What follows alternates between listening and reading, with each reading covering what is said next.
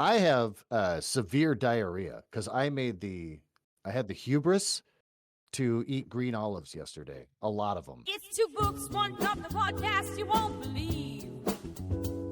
Where two books enter and one book leaves. One winner, one cup, one loser, one cup, or something like that. Something like that. Something like that. Something like that.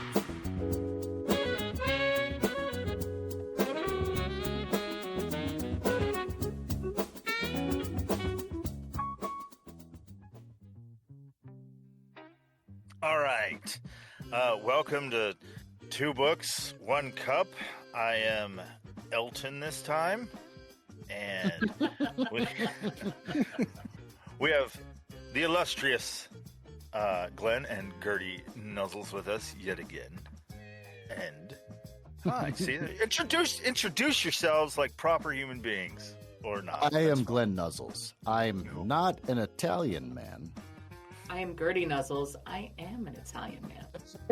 That explains why sex with you is so complicated. Yeah, exactly. Go on.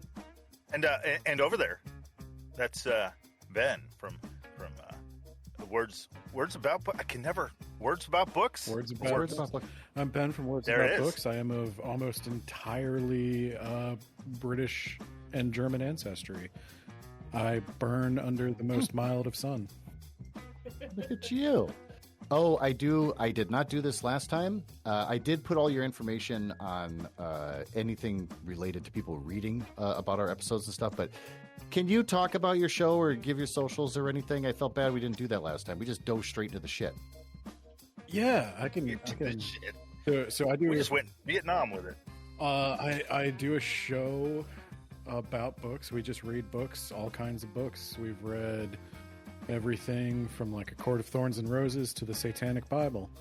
And I do the show with a guy who doesn't particularly enjoy reading and likes to interrupt me. And that's kind of the bit. You find it wherever you get your podcasts, and I'm on Blue Sky. Mostly Blue Sky. I think I'm still on Threads. Yeah, I gave up on Threads. I'm surprised that when you talked about the books you've read, I went, as if I've never listened to your show. That's interesting. That sounds like it's fun for kids.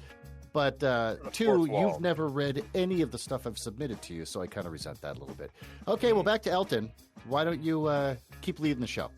Thank you very much.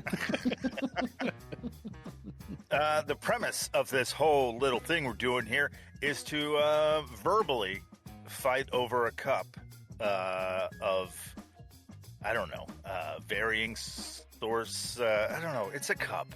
But we're debating two topics that no one knows about, and we are comparing them to find out which one is better, and whoever has the better topic, whatever, wins the fabled cup of the Almighty of Cups. Better than the cup of Christ, I would say, if that were real, or this one was real. Last episode, competition, cutthroats, tete-a-tete. Anyway, Ben won the cup, and he currently has it, and he can tell us what he's been doing with it. Threatening people, lording it over people's heads, whatever you like to do with it. Yeah, so the cup is chained somehow to a woman named Gretchen, correct? Yes. Yeah. Yes, it is. Or it was. It was when it last left the Nuzzle household. Yes, so Gretchen was put on a series of Amtrak trains across the country and arrived in Pennsylvania, but at the wrong station. For whatever reason, she decided to try to hike the rest of the way to my apartment via the Appalachian Trail. And... This one does, yes. Yeah, she went to the wrong deli and wound up in... Hold on. Sorry, can I interrupt? Yeah. I love that a deli was part of the trip. Like, did you instruct her, go to this one deli, and she went to the wrong one? I instructed her to not go to the deli. So I don't know how much you out in the Midwest know about the Appalachian Trail, but there are cults. And I they, didn't know that actually for real. yes, they own a series of Yellow Deli hostels, and she wound up there and was taken by the hill folk, and we had to go out after her. So I haven't had a lot of time to decorate the cup, but it is now somewhat cursed. So I don't know if this is going to be. I don't know if this is going to be a problem for anyone who comes on the show, but if you have dairy cattle, if the cup gets within 30 yards of them, they will produce sour milk. But given the detailed and very real history of this cup, this is actually nothing new. I'm just saying, it's got so many curses. They stack. I think now at this point. They stack. Yeah, at what point did they start canceling out? Yeah, It depends on the magic, the hoodoo or the voodoo or the whatever whatever's employed. It depends. yeah. I sent my wife and Gretchen down to Hershey Park though, so we're gonna try to get that thing covered in chocolate. What a nice day for Gretchen. Oh, Yeah. Please. I like that whether you win or lose today, you still plan on doing some decorating with the cup after the fact by getting it dipped in chocolate. Ideally, Well, it's it's still in his possession until the post office. I mean, That's true. That's good. Well, not the post office, because well, yeah, we can't mail Gretchen. Maybe. it's true. can you mail Goddamn. a human? I think don't if the know. box is big enough and you put holes in it, I don't Yeah. see a I problem. was gonna say we could put some holes in it.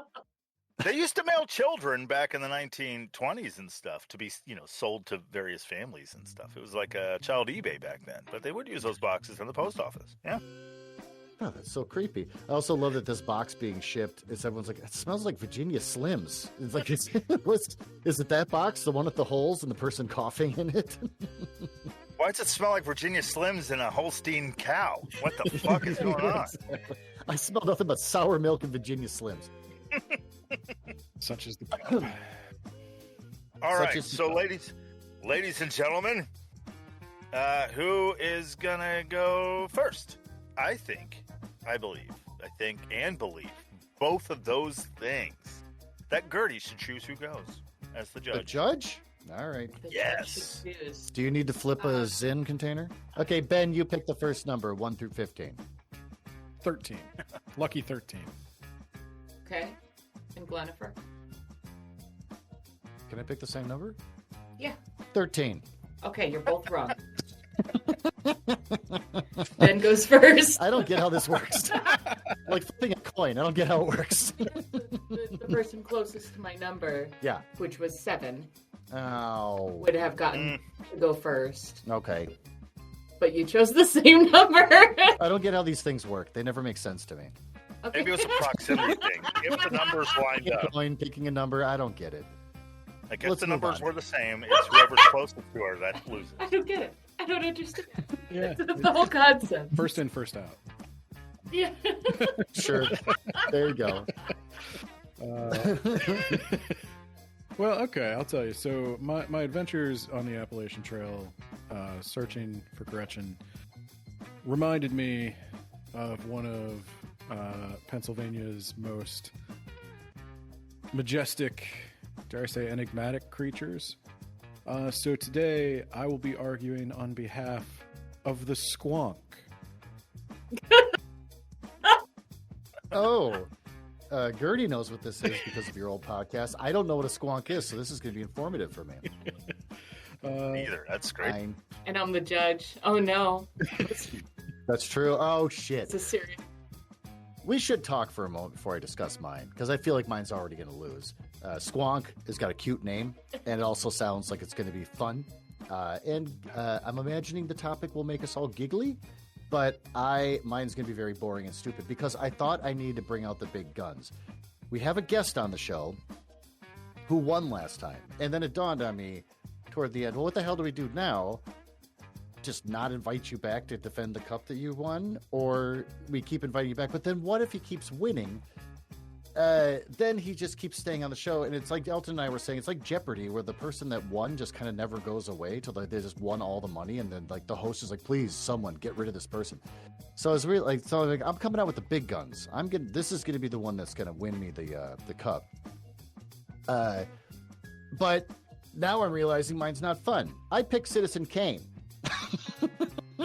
that I didn't even do enough research on. There's So I'm nothing but fun ill-prepared. in Yeah, Citizen we don't Kane. have to. Well, and we don't have to judge based on fun. You could. I don't know how you would, but you could argue that Citizen Kane has a greater cultural impact than the Squonk.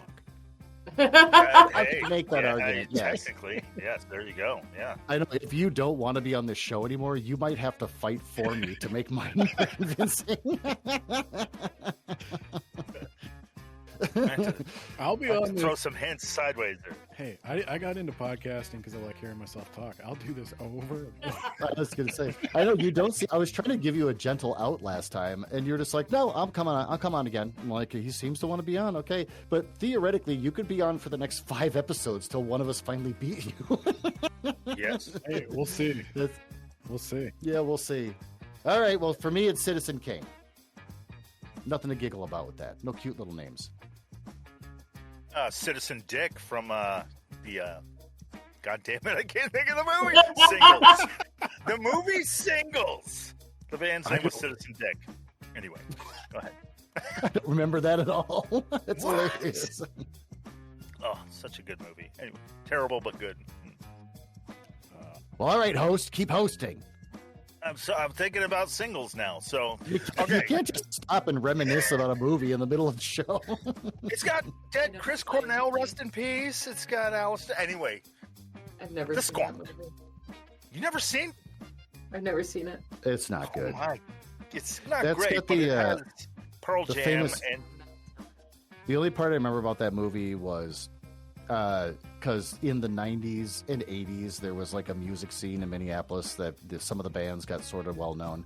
And then by the time the Seattle thing happened in the 90s, they would make fun of Minneapolis all the time. So there's a scene in Singles where Matt Dillon's band like a review is written about it in a magazine. They're like, why doesn't he just go to Minneapolis and fade away like all the rest of the losers? And I was like, oh my God. A fun fact about that movie, full of Oh, God. not really fun facts, is that it was actually made before grunge took off, and then when grunge took off in the Seattle thing, they released the movie, and everyone gave Cameron Crowe? Yes. They all gave him shit for releasing a movie that was basically to be a fad movie, and Sure. he had to argue constantly that he's like, this was before, you sons of bitches. Anyway, Oh, that's It's just, weird. I didn't yeah, know that. so- I actually thought that they were just trying to cash in on a movement or something at the time when it came I think out. it's hilarious he made this goofy movie and then they shelved it and they were like, this is garbage. And then like a year later they were like, where's that movie? It's got all the bands in it. Yeah. Yeah, that's true. I think that's hilarious. I kind of think it's So- a movie. Unfortunately, sorry, I'm being a dick. No. I don't like The Big Lebowski is one that when it came out, everyone rolled their eyes. Like, yeah, we've seen a lot of quirky movies. Oh, they bowl. Like, there's been a couple movies about people bowling and how it's like white trash kind of, and we'll make jokes about it. Stuff. So people didn't take The Big Lebowski seriously. It took like 5 or some years before people finally said, like, no, this movie's actually really good. And I was even one of them. We're like, fuck that movie. They're just making a '90s quirky movie. But it turned out to be good. So maybe I should go back and give Singles another chance. Oh, it's nothing know. like that at all, but yeah. Last week we watched The Big Year. Now we're gonna have to watch this. Yeah, thanks to her talking about The Big Year, I said I should watch that. We watched it. Oh, boy, did she get into it. She's like pausing it. She's like, "Do you see that Finch?" Things like that. Look at the wingspan on that bad boy. Oh my God. You know that finches, they wet their nests. They're dirty little birds. Gets all worked into a lather. You're fine. You know how you can tell the age of a bird? And you're like, I never knew that they changed. It's true. They do have different. Okay. Oh God! My No. kid the other day told me, they learned that you should only ever pet a bird, like a pet bird, on its head. If you touch anywhere else on its body, it thinks it's a sexual act and it gets horny. And I'm like, is that true? And they're like, that's what I heard from this person on TikTok. They own a bird and they talk all about it. So then when Gertie came home from work, we're sitting outside because we made a box to put the cats in outside. So we're just sitting there watching the cats in the box. And then we said, is it true about the bird thing? And immediately Gertie's like, yeah, no, you only touch their heads. Like before we could explain everything. I'm like, oh my God, this is a real thing. And then we watched someone on YouTube that has a pet parrot. And that thing curled up in its, like, the host's lap, and they were rubbing its belly and scratching on its wings. And he's like, that thing is fucking rock hard right now. Oh my God. All right. Well, let's hope it's old. Yeah. Let's hope it's got its ID and everything. You can get in the bars at least. Okay. So, Ben, let's talk about what the fuck Squonk and not Singles, the movie from the 90s. What is a Squonk? So, first I'll read to you a quote from Fearsome Creatures of the Lumberwoods, which is the first documented encounter with a squonk. The squonk is of a very retiring disposition, generally traveling about at twilight and dusk, which are, I thought they were the same. But because of its misfitting skin, covered with warts and moles, it is always unhappy. Hunters who are good at tracking are able to follow the squonk by its tear-stained trail, for the animal weeps constantly. When cornered and escape seems impossible, or when surprised and frightened, it may even dissolve itself with its own tears. I picked Citizen Kane. God damn it. Well, I mean, for right now, it seems that Ben killed an animal that defends itself by killing itself with crime. I am currently... Citizen Kane does have the twist. So. I'm currently wearing a T-shirt that says, "I'm a hot mess," with a picture of a hideous squonk on it. That I got, and I'm not making this up. I'll turn on my webcam if I have to. I got this T-shirt at Johnstown, Pennsylvania's Squonkapalooza. Oh my God! No, that's so cool. Yes, is it cool? It's like so much fun. It's held every year in August. Every year. Pennsylvania has the best festivals. I used to love to go to, oh my God, is it Easton? They would have the Garlic Festival. Yep. What do you do at the Garlic Festival? Drink stink. Okay. Pennsylvania does have a lot of festivals. I'll give you that. A lot. Picklesburg is this weekend or last weekend. Picklesburg. Yeah.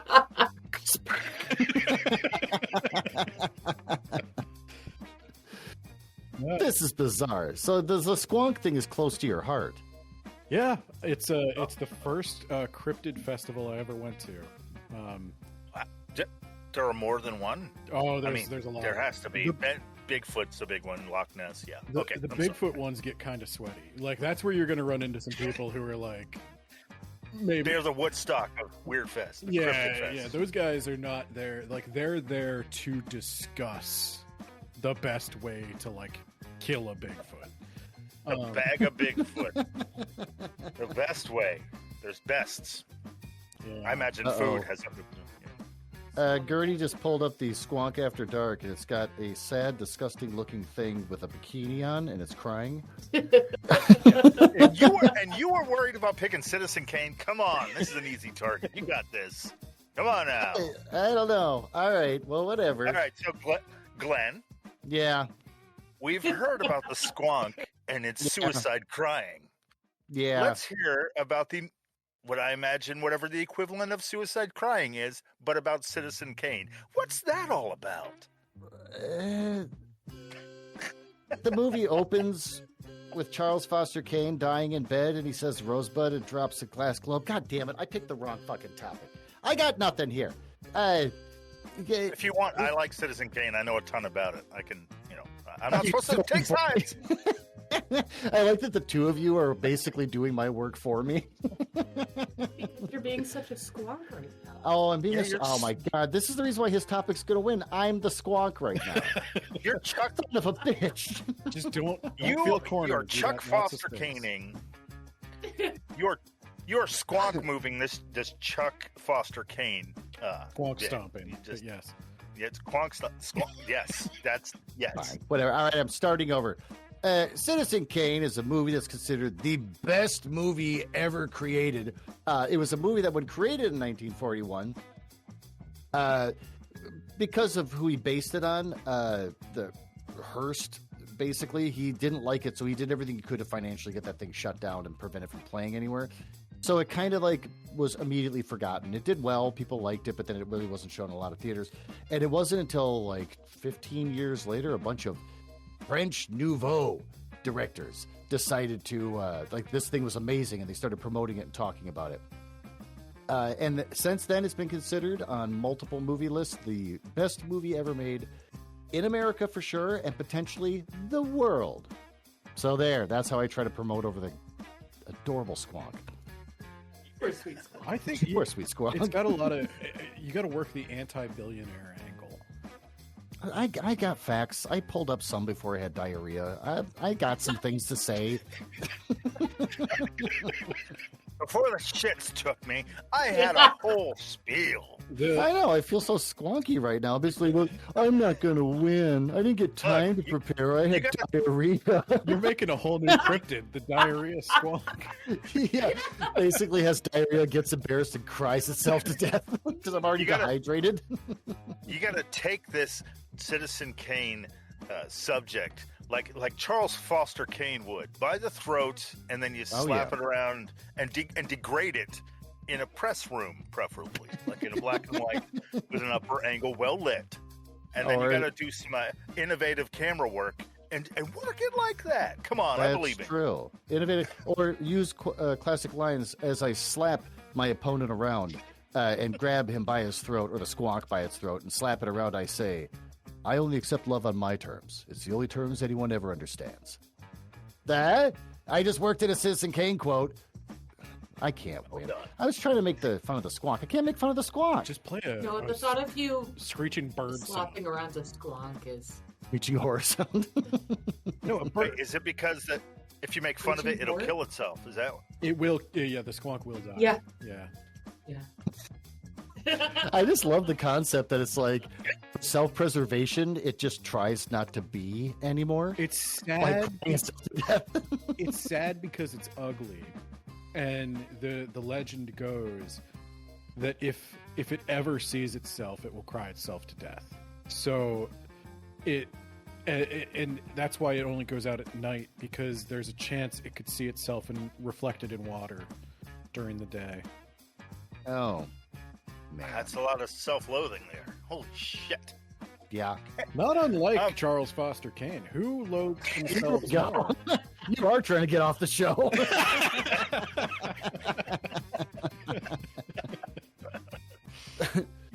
Live on your own terms. Is that what you're looking for? Keep going. Keep hosting. Go. Right.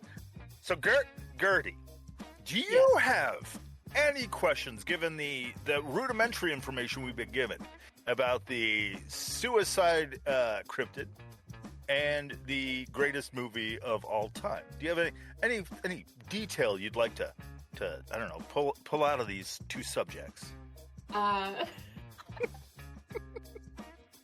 No, one is a movie that I couldn't care less about if I tried.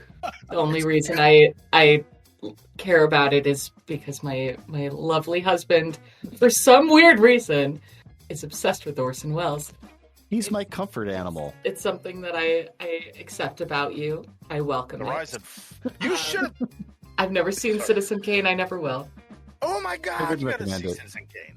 It's so. I barely watch movies at this point. I think you should watch Citizen Kane with the Roger Ebert commentary. Which, if I may, interesting to note, I own that on DVD. Physical media. I do, with the Roger Ebert commentary. Fascinating commentary. The best commentary ever. Mm-hmm. Yes. Before he lost his bottom jaw. The poor guy. And his life. And before he lost his bottom jaw and his life. Yes. Yeah. It's one of the best commentaries ever. Holy shit. It's actually informative instead of just, yes. Oh, great. I mean, it's informative if you're a nerd. Like, my backstory with Citizen Kane is we just got cable in the house much later than the rest of the world because we didn't have a lot of money. So we finally get cable, and then my dad has a VCR. And he starts recording only shit off of the TCM. Yeah, TCM. He only records stuff off of that and wouldn't share his videotape, so I couldn't record anything else. Like the cool shows that play when I go to school, I couldn't do that. So I would come home and I would just wind up watching Citizen Kane, 'cause it's kind of all you had recorded. And like a movie called Topper about like a fun, whimsical ghost from the 1940s. Yeah, Topper. No, There's How a come you whole know that? series. You don't know Citizen Kane? You know, there's Because actually it's Topper. a kind of. So I've never seen Topper, but one of my patients told me about it. Oh, there's a whole series of them, I guess. Yeah. And then It's I like forgot it existed. So there you go. It's like the movie this Harvey. ghost show. Yeah. Couple have fun. Yeah, ghosts that show. So I would watch each one of those. So I just wound up like not really liking Citizen Kane as a kid, coming home from school. But I watched it all the time because there's kind of nothing else to watch. And I learned all the parts of it. And so then when I found out later, by the time I went to art school, that all the film students are like, well, yeah, in Citizen Kane, they did this shot with whatever. Like, I know that shot. And I'm like an idiot that was taught Shakespeare in something I can quote it kind of situation. So it's the same thing with the movie. For idiots. Now, we're not going to get into this. No, that's the thing. Shakespeare's accessible. That's the whole point. I know. She talks about how it's just basically dirty smut for kings. So, Yeah. So with Roger Ebert talking about like, you can see here as he walks away from the desk and the windows that look small in the background, it's perspective. As he walks closer, those windows are gigantic. Just think about that for a minute. And I'm over there going, oh, yes. But nobody else cares. So So good. I know. I wouldn't recommend it, actually, because it's very slow. It's very slow and very boring. I don't think you're against doing this yourself, right, Squonk? Glenn. Yeah, I'm not doing this right. Well, the Squonk is so goddamn cute. It kills itself. yeah. It kills by weeping. It's so sad. It makes you want to hug the Squonk and make it have it like show it that it can find love. You can get a job. You can do an at-home job where you just do like people call in with questions about stuff and you answer or whatever for products. There's options for the Squonk. Okay, so would the Squonk have? I don't know. Would the Squonk have killed Charles Foster Kane? Oh, sorry. Can it kill someone if you don't make it cry? Is that the danger of the Squonk? Oh, it's crying. Yes, it could. It's crying. It cries all Has the it time. killed? Maybe. I don't know. Would it drown Charles Foster Kane with its tears? Maybe. That is possible. Now, I was wondering, as I was looking at the encyclopedia, or not the encyclopedia, sorry, that would be ridiculous. The Wikipedia entry for the Squonk. There's a section of this that is like called In Scientific Literature. And there is a kind of acid Boy. called these acids are called chemical squonks. Shush. Because This is not real. they dissolve What? a molecule containing carboxylic acid moiety and an acid labile moiety might be stable when initially prepared, but unstable as a free acid. These have been named chemical squonks. That's real? Yes. What? So potentially we have invested. You know how like the phoenix rises from the ashes, the salamander can't be burned. Like the Squonk is now in that. These are all pantheon. things I did not know. These are things in the pantheon of like the mythical creatures. So the Squonk's tears. I mean, we have to ask ourselves if Charles Foster Kane would even survive long enough in a bath of Squonk tears to drown. He may dissolve himself. Now, well, however, would the ending of would the movie of Citizen Kane cause the Squonk to cry itself to death, given the nature of the storyline and everything? Glenn, come on, would it do that? Thanks for I'm like the little kid at the baseball game who just doesn't have the confidence, and now everyone's over here trying to cheer me Well, I on. can But tell you you know what's going to happen? I'm still going to strike out. The Squonk's not No getting matter how anywhere bad- near those windows. It'll see itself and it'll die. Yeah, that's true. I think if anything, the Squonk would watch Citizen Kane on a non-reflective television, and then not cry so much as just kind of sober to the idea of, hey, selfish people are usually bad.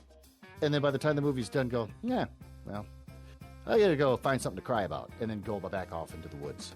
Do you think that squonks are inherently so self-absorbed that they can only cry for themselves. You don't think they cry for suffering?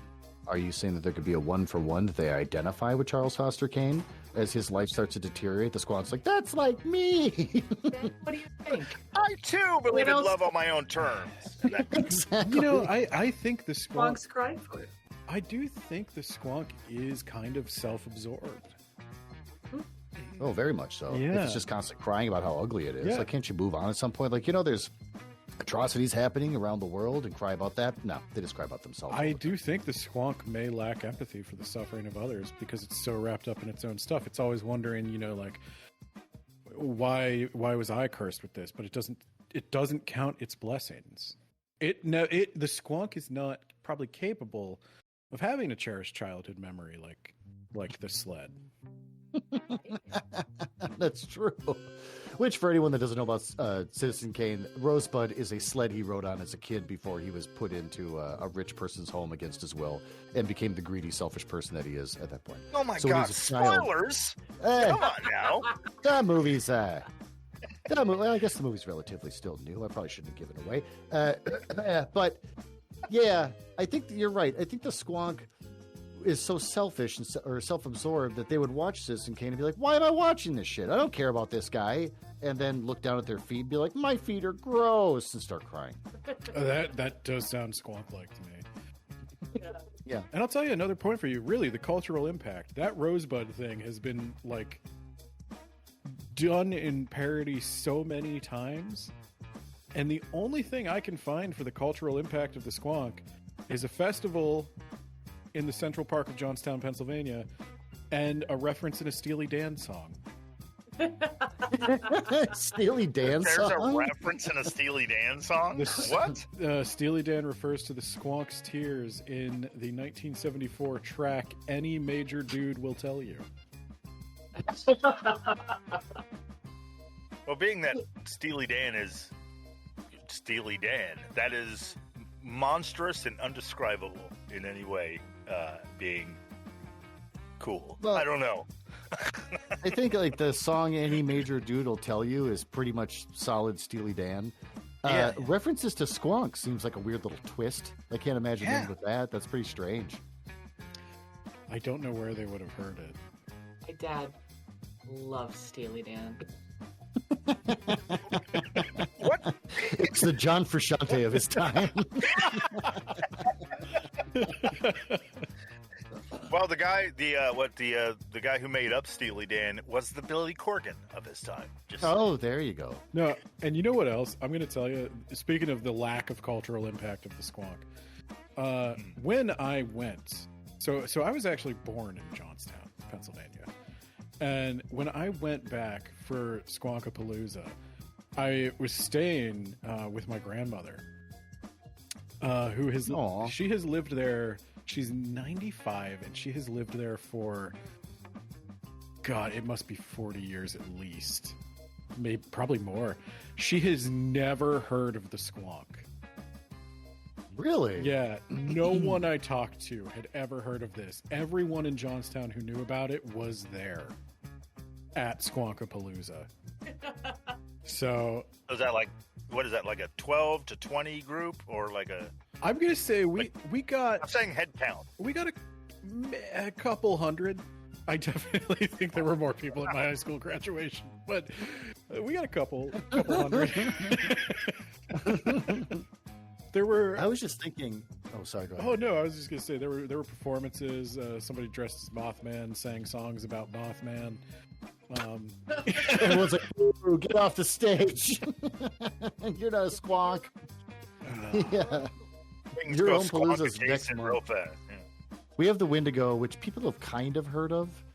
It's not like everyone knows about the Wendigo, but you'll see references to it whenever they have like a map of cryptids. They'll show Minnesota's got this like weird deer horned thing with a skull head. The Skinwalker Ranch up there. Where's Skinwalker Ranch? That's in I thought it was Utah, I think. Yeah, Skinwalker's totally different. But I see. yeah, but we don't have festivals for it or anything fun like that. I'm Maybe you just sure have you more do. cryptids out there. You just need to spend Yeah. more time with weirdos. Yes, I guess. you gotta branch out. I'm 100% positive there is a Wendigo festival somewhere. But If there are woods nearby, there will be cryptid festivals Yeah. to follow. Oh, in Wisconsin. They can't. It's not a Wisconsin thing. I love that Wisconsin has no culture, so they keep trying to co-opt ours all the time. That and They got Iowa. cheese. They have They cheese. got cheese. That's all they got is cheese. Yeah. What more do you need? Everyone loves cheese. Come on I now. wonder if we suspend the cup over Wisconsin at enough height, it can kind of rain down the curse on all of their cows and disrupt all their cheese processing for like a good year or so. Hey, you haven't won yet, so Fine, Yeah. that's true. I don't feel like I am winning. Anyways, best movie on earth. Next line of questioning, please. well, I don't know. I feel like maybe the Bond villain-esque thing you're going to do with the cup there with Wisconsin, I don't know, that might be swaying things in your favor. I don't know. I'm not judging, but you would have had It's- me with that.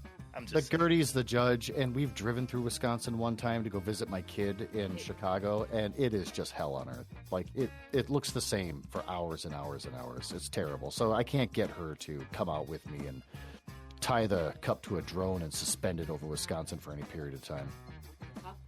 Yeah, the cup, so that way the curse rains down on all their cows. Why would we do that? I like Wisconsin cheese. I just don't want to be in Wisconsin. I was in a similar boat. I don't harbor. Yeah. I'm afraid I'll play myself there because I need that cheese. I gotta tell you, I need that cheese. I wouldn't mind Vermont cheese. I like Vermont cheese too, Yeah, but we don't Vermont. get Vermont cheese this far middle. Why not? Of course you do. I'm sure they ship it out here. It's just cheese. It's not like it doesn't keep on the trip over California here. makes cheese. Yeah, but they have Wisconsin's right billboards. there. Yeah, I don't think we get California cheese here. It would You probably get be crazy California expensive. everything everywhere. Yeah. It might be in the, the fancy cheeses at Byerly's. They have that one section by the deli. That we Where- never where go the to. hummus No, is. because who wants to pay that Well, much yeah. for cheese? Wisconsin's right there. I like their sharp, cheap cheese. Ugh. That's Anyways, what we should be moving debating: on. Wisconsin cheese versus Vermont cheese. That's a good point.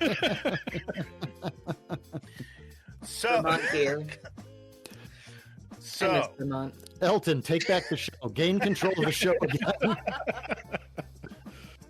I'm gonna get another drink. Oh, can you get me one Yeah. too? Looks like we're going to take a break right now, and we'll be right back after this commercial.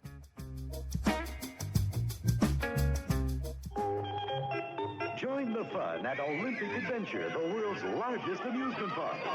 Put the kids on the world's biggest Ferris wheel.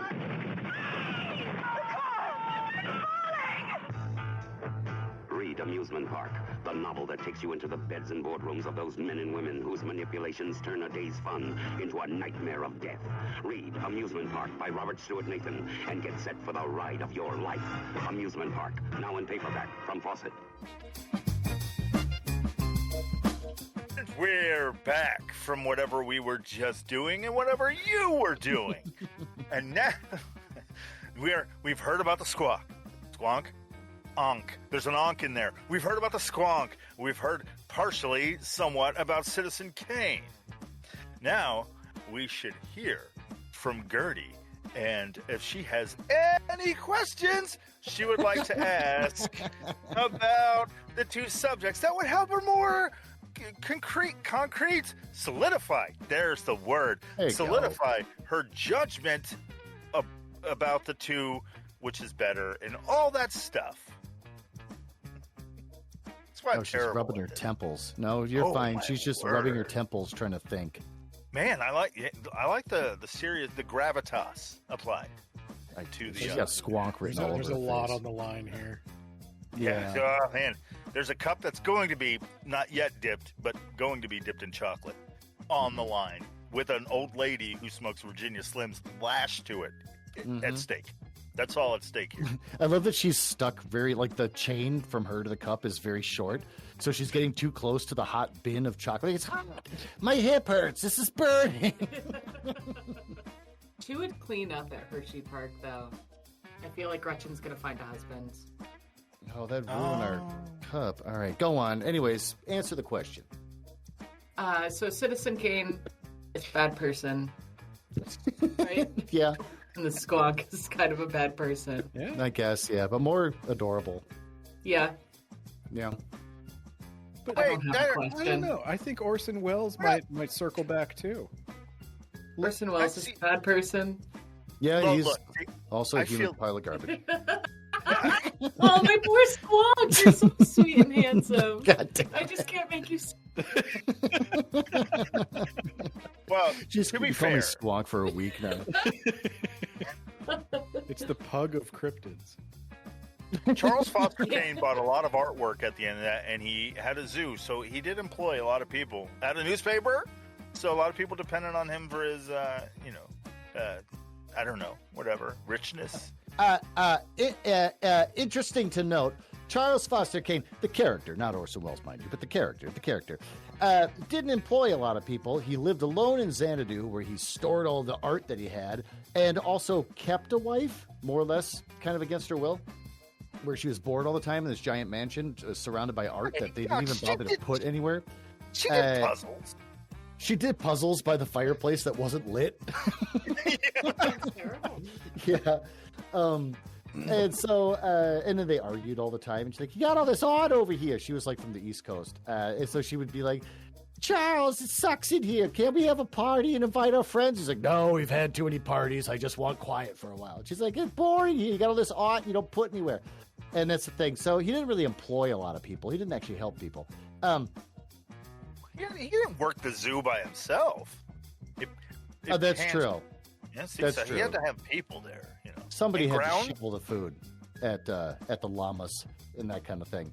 So you're right. I guess there's that. Now, he... well, I guess I'll try to talk about why this movie is good. The cinematography had never been done before ever in the history of the world, and he did it. Is it Toland? Toland, the cinematographer, had been working in movies forever and was very good at his craft. He knew how to light shit, knew how to put everything everywhere.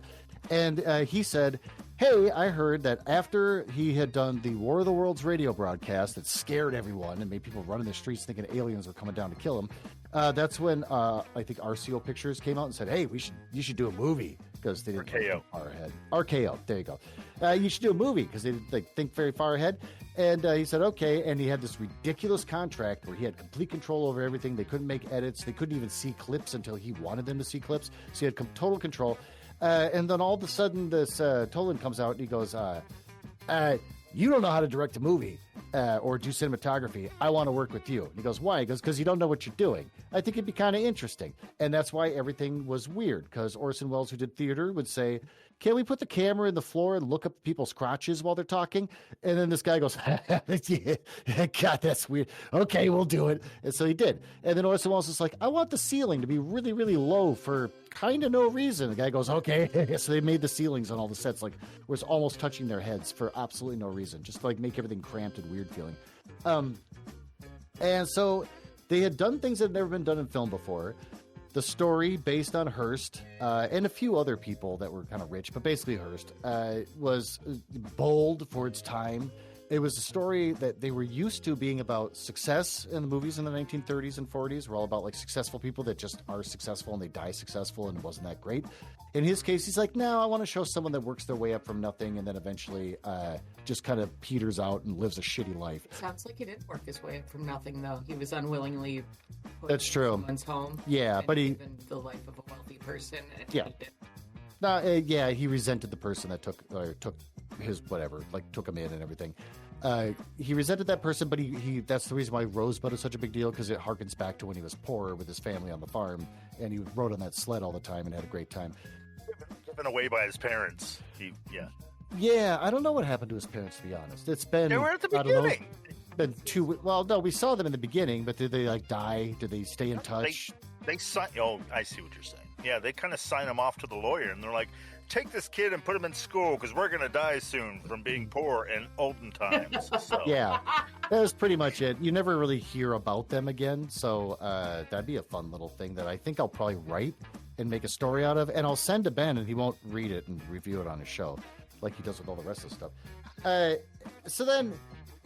But then, yeah, it's the rise and fall of a great man. Gets into politics. All the love, the women that he's met, it's just kind of like their trophy wives kind of thing. One of them, he decides, "You're a talented singer," even though she sings like a yak. And he has an entire opera made just for her to be the lead, and people hate it and stuff. That's where that classic scene where nobody in the audience is clapping when the thing's done. Then he stands up and starts clapping like he's the only one clapping, and the spotlight goes on him, and he gets all awkward and sits down again. There's a lot of scenes like that, so it's good for being ahead of its time. So I guess you can never stop being the best movie ever made, because no matter what movies are made now, kind of uses some elements of that film. So nobody can ever beat him for first place because he's invented half the stuff that most people are doing now. I did think that Avatar would beat Citizen Kane because it utilized 3D imagery in the theaters in a way no one's ever done before. But it didn't, and that's why Citizen Kane's the best. Well, wait a minute. Speech. There was no twist at the end of Avatar. It was basically just really hyped up Smurfs. It's true. It kind of was. Also, no vaginal references. Azrael. Well, that's kind of it. Yeah, that's a whole thing. Okay. But no, there's no vaginal references because Rosebud was supposed to be a reference that apparently Mankiewicz, who wrote the script, he wrote this whole script in theory with Orson Welles, but really he just wrote the whole script, and they argued a lot, but in the end, Orson went with him because he's a better writer. And so then he didn't give him any credit. So it's just saying written, directed by Orson Welles and whatever. And then Mankiewicz got really pissed and threatened to sue. So eventually they had to slap on written by Herman Mankiewicz at the end. But Mankiewicz was friends with Hearst, and which you can find out in the show Mank, the movie Mank on Netflix. He was friends with Hearst. He'd show up drunk all the time, and Hearst just thought he was a funny drunk and kept inviting him over to dinners and stuff with friends. And he found out that Hearst calls his wife's pussy Rosebud. And that's why he stuck it in the movie, and that's why Hearst got so mad and tried to shut the whole thing down. Weird. Did you ever see? Did you ever see the movie RKO 281? No, I don't think I've seen that. Oh man, it's hold on. I was getting a phone call. No, it's all about the behind the scenes stuff from what happened, how Citizen Kane was made, and all the shit he took. And it's really good. It's got the I don't fucking know actors' names. It's really good. It's got shit. No, never mind. I'm not even gonna try. I like to think you were getting a phone call from your wife, who is saying, "My nose is bleeding again. Are you talking about Citizen Kane or Orson Welles? Because I'm trying to grocery shop and I can't stop bleeding out my nose." It comes from her ears, but yeah, that's usually what happens. So, Bennifer, give us your bestest thing about the Squonk, just like Glen did, because I'm a terrible host. Well, what if I told you that the Squonk has webbed toes, but only on its left foot? Is that by choice? No, it's just a really asymmetrical swimmer. No. I see. A lot of circles You happening. said that too. You go, what if I told you that the Squonk has webbed toes? Cute. It's a wrinkly, four-legged, pig-like creature about the size of a medium-sized dog, and it cries itself to death. There's really not a lot going on besides that, but it's the best it's the best there is at that particular ecological niche. Just like Citizen Kane. Man, I didn't know it was a pig-like creature. If I had an adorable little sad Squonk running around my house, I'd name him Truffles. That'd be so cute. That would be a great. Just talked about Orson Welles. Pig-like creature. He is a pig-like creature. Did you know that Orson Welles was the voice of Optimus Prime in the 1985 movie that was animated called Transformers? That was the last thing he did before he died. What? Wow. I did not know that. Fuck. That's awesome. Yeah, Wow. The famous VCR I was talking about, my dad got it as a Christmas present to the family. But then my dad and mom left the house to go to some work party or something, and my sister was supposed to babysit me, but her boyfriend came over, and her room was in the basement. So she said, all right, I'm going to let you have this, but you got to pretend like you didn't see it. This is what Dad bought us to have in the living room that we can all use. It's the VCR. And I'm like, oh boy, a VCR. Like, I would kind of put this next to my Atari 2600. And then he said, and then she's like, so I'm going to let you use this, but then when you're done, we got to put it back in the box. You got to pretend like you never saw it. And whatever you do, do not come downstairs. I don't care what noise you hear. I don't care if you want a snack. Do not come downstairs. Do not open the basement door. And I was like, okay. And she's like, I rented Transformers for you. And I watched it like 3 times in a row while my sister's just banging away on the guy downstairs. Oh, my. Orson Welles is really involved in a lot of your life.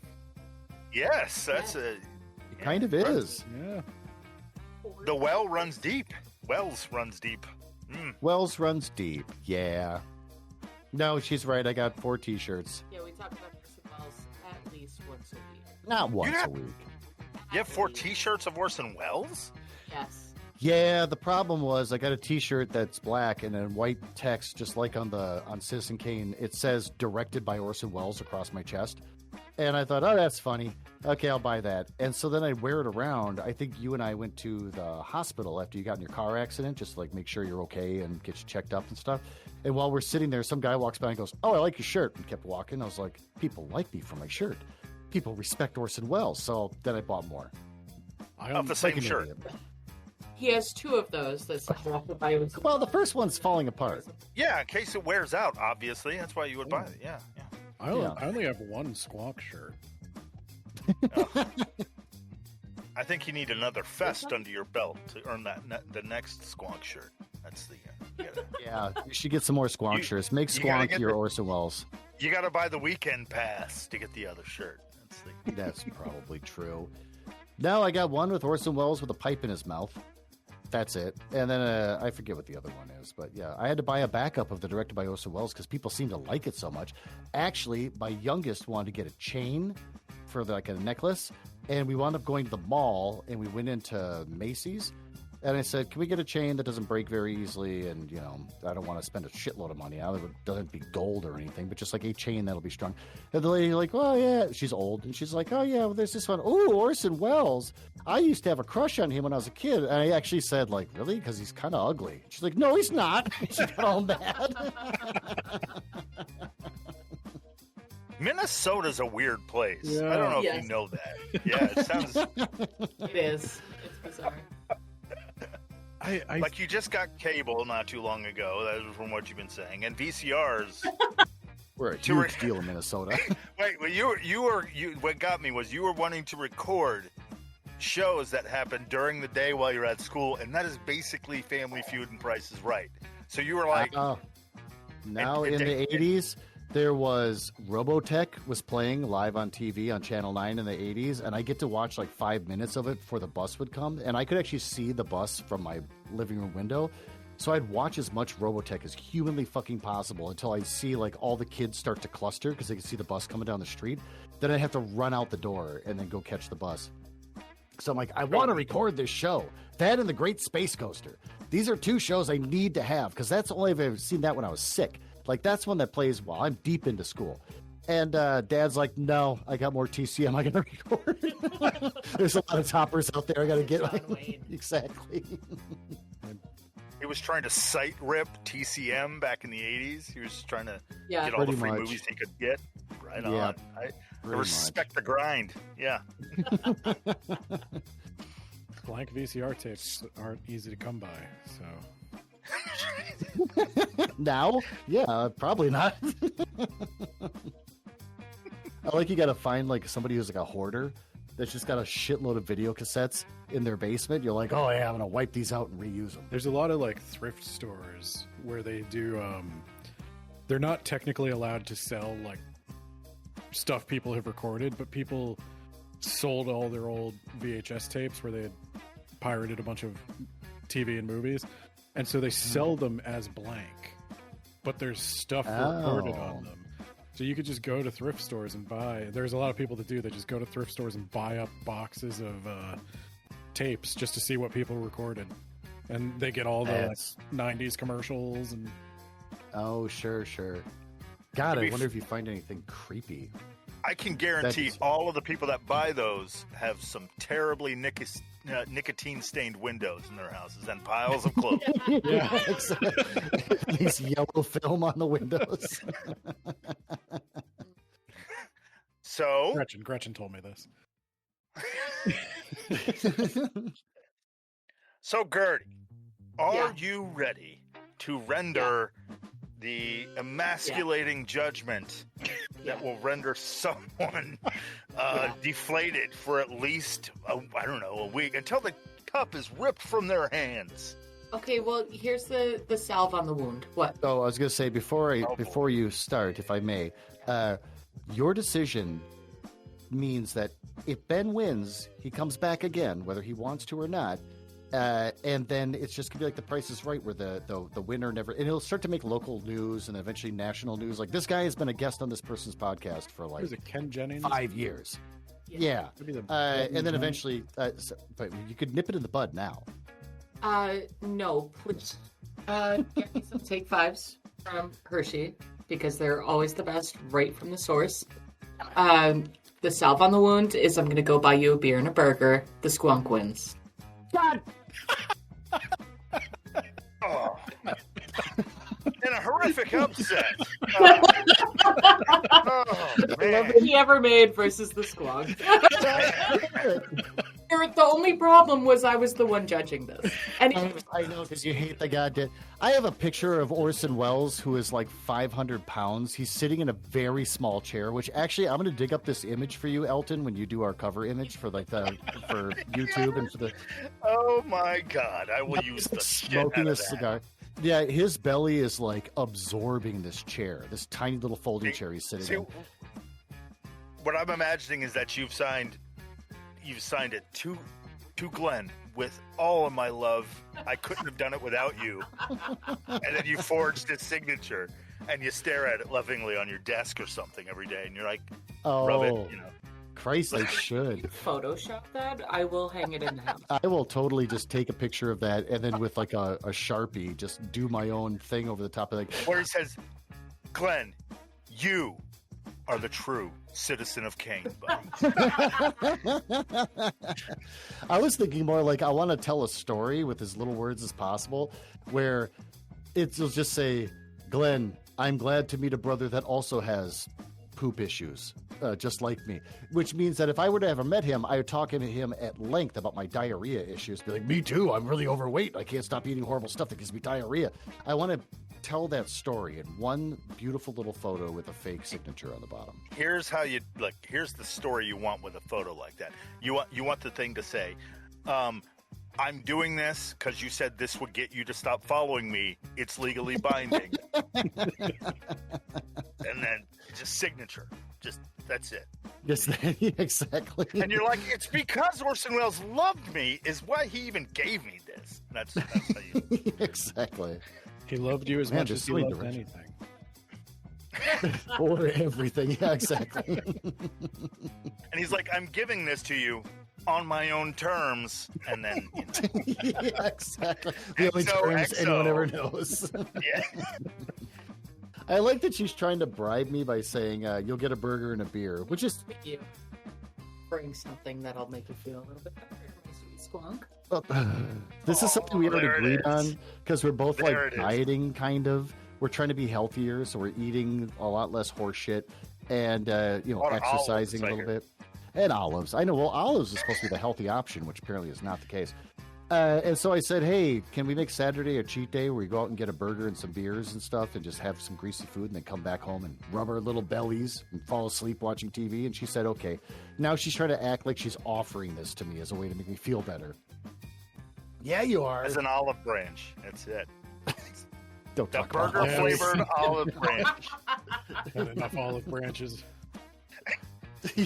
I would actually like no olive branches, please. I want to be able to go out in public without shitting myself. Okay, so with that, we have Benson has won again.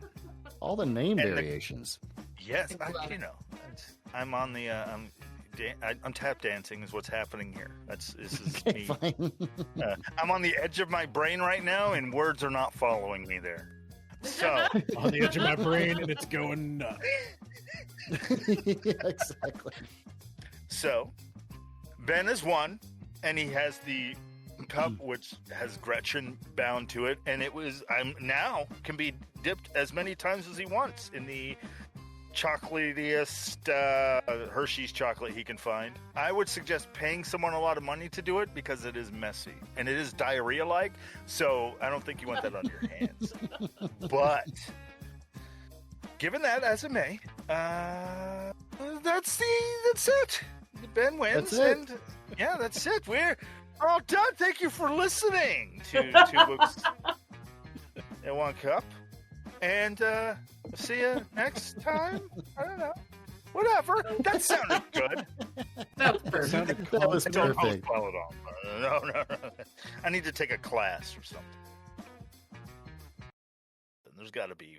No, something. you're fine. You're actually getting better. Though I do love how you trail off at the end. You're like, well, that was it for that. And I'm like, oh, he's done. You're like, so next week. I'm like, okay, I guess he's done. Oh, yeah. 2 books, 1 cup. It's like, you won't stop.